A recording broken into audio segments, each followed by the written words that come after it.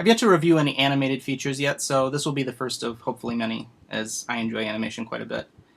Today's review is for Watership Down. It's a 1978 film out of Britain and directed by Martin Rosen. Let's talk movies. The story centers around a small group of rabbits who decide to leave their warren after one of their own receives a violent premonition. They make a pilgrimage to find a new home, all the while having to avoid farmers, predators, and a violent rabbit dictatorship. This may all sound kind of silly as I explain it, but the story is completely played straight. Even though it's an animated film that's appealing to all ages, Watership Down is dark and quite violent in some places. Rabbits are frequently killed, sometimes in very gruesome fashion. If you found Bambi to be traumatic, that has nothing on this one.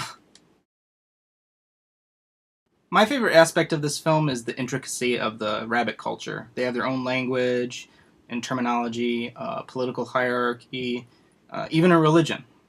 The very beginning of the film actually has a depiction of their own creation story and how rabbits came to be as they are. I thought it was really cool. I liked the seriousness of this world despite its Disney-like facade. The animation reminds me of something by Ralph Bakshi or Don Bluth, although this predates the latter by a few years. Bluth's first feature was in '82, I think. But it's a perfect balance of realism and stylization for the characters. The backdrops look like oil paintings. They're beautiful. The voice work consists of English actors, obviously. There's quite a few familiar people. Sir John Hurt plays the protagonist. You've got Roy Kinnear from Willy Wonka and the Chocolate Factory.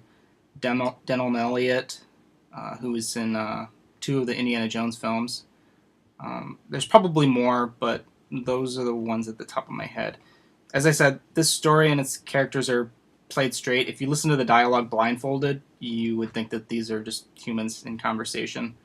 I think their performances actually cement the severity of their troubles and allow the audience to connect in a way the cute, squeaky voice doesn't. Watership Down is a unique film within the mainstream. It's Western animation that refuses to be confined to the stigma attached to cartoons within our culture.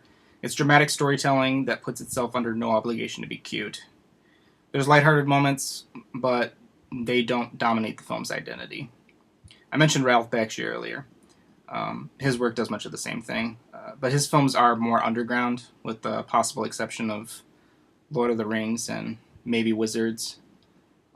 Those two movies, along with Watership Down, came out within a year's space of one another. It's a shame that Western animation didn't experience a cultural shift as a result of those films, but there it is. If you ever have the opportunity, I'd recommend seeing Watership Down. If you have kids, I'd suggest watching it beforehand to get an idea as to whether you think they can handle it. It's pretty intense in spots, so that's my advice for what it's worth. Thanks for watching, and look forward to more reviews for animated films in the future.